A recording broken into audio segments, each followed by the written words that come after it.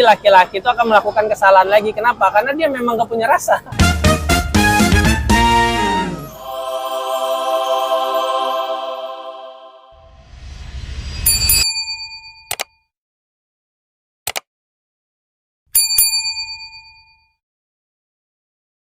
Yang Ika mau nanya. Tanya apa?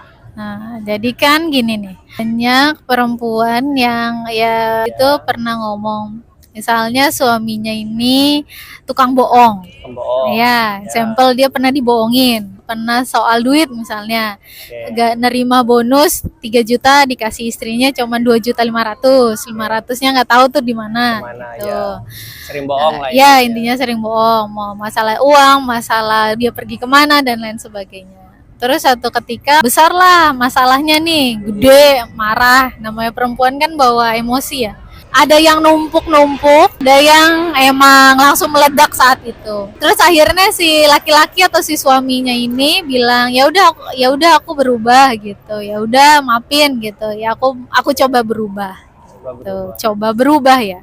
Terus di momen berikutnya entah selang waktu berapa lama tiba-tiba terjadi lagi si suaminya bohong lagi. Tapi suaminya bilang enggak, aku tuh enggak bohong gitu, aku tuh beneran jujur, aku tuh udah berubah, aku berusaha berubah gitu. Dan si istri menganggapnya enggak, kamu tuh enggak berubah gitu. Sedangkan si laki-laki, ya aku tuh enggak harus ngomong aku berubah gitu. Jadi menurut abang yang sebagai laki-laki, kalau Ika mengiyakan ya, karena perempuan tuh kan, kok nggak kelihatan nih perubahannya gitu. Ini si laki-lakinya, emang harus kalau berubah itu harus dideklarasiin dari laki-laki atau enggak?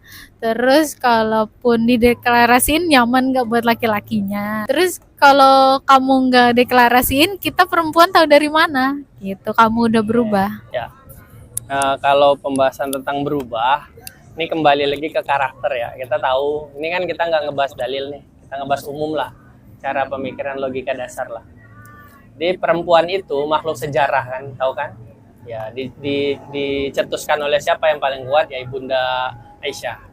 Kan beliau ahli sejarah banget kan, makanya banyak hadis yang dihafal. Nah, karena ahli sejarahnya perempuan, sekali bagian dari standar kehidupan yang dia jadikan zona kuning dalam hidupnya, wanti-wanti dalam hidupnya, dan itu terjadi, itu udah ngerusak satu tatanan di dalam kerajaannya gitu.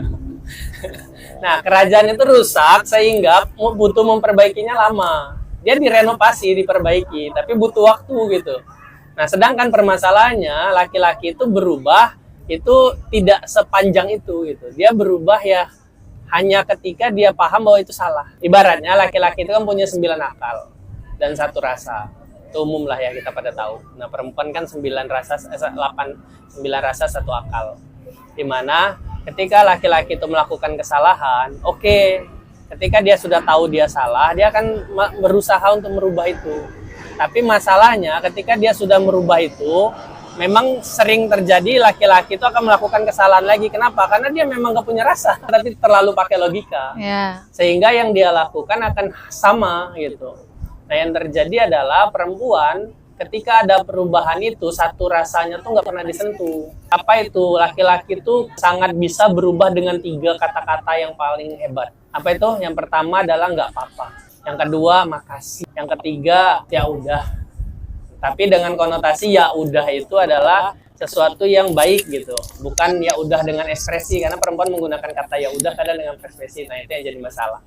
Nah, ketika sudah sampai di 3 itu, ketika ada perubahan sedikit saja pada laki-laki, perempuan harus pakai 3 rumus itu langsung tuh, 3 kata-kata itu. Agar tertanam di dia, karena dia lahir dari keluarga yang memang sudah jadi kayak gitu dari dulunya. Dia nggak pernah dapat contoh dari ibunya, dia nggak pernah dapat sentuhan dari ayahnya, dia nggak pernah dapat pembelajaran itu. Dia besar dengan sendirinya, dia besar dengan mandirinya tanpa ada sentuhan kata-kata, tanpa ada sentuhan tubuh. Udah nggak boleh salah lagi selamanya. Toleransinya dibanjangi, tapi tetap harus ngingetin. Intinya kan itu. Karena kan konsepnya laki-laki itu yang Ika tangkap ya, karena Ika saudaranya laki semua. Bukan dikoreksi, tapi diingatkan. Karena ketika mengoreksi, kita sebagai atasan, kita perempuan sebagai atasan, sedangkan yang laki-laki sebagai bawahan. Ya kan itu kondisi yang tidak disukai sama sebagian laki-laki gitu. Kayak ya saya nggak mau diguruin, apalagi sama istri saya sendiri gitu. Bahkan sama ibu sendiri aja banyak yang nggak terima kan gitu. Makanya kalau ngelihat dari Umi, ya caranya ya diingetin, diajak diskusi. Karena laki-laki kan lebih terbuka dengan diskusi. Diskusi, pola pikir. Iya. Tapi itu masalahnya ketika perempuan itu sangat main dengan rasanya dalam kasus ini ya, kamu nggak pernah berubah, terus ditanamin kayak gitu, bukan ditanamin 3 kata tadi. Yang terjadi itu dia menanam rumah tangga yang hambar ke depannya.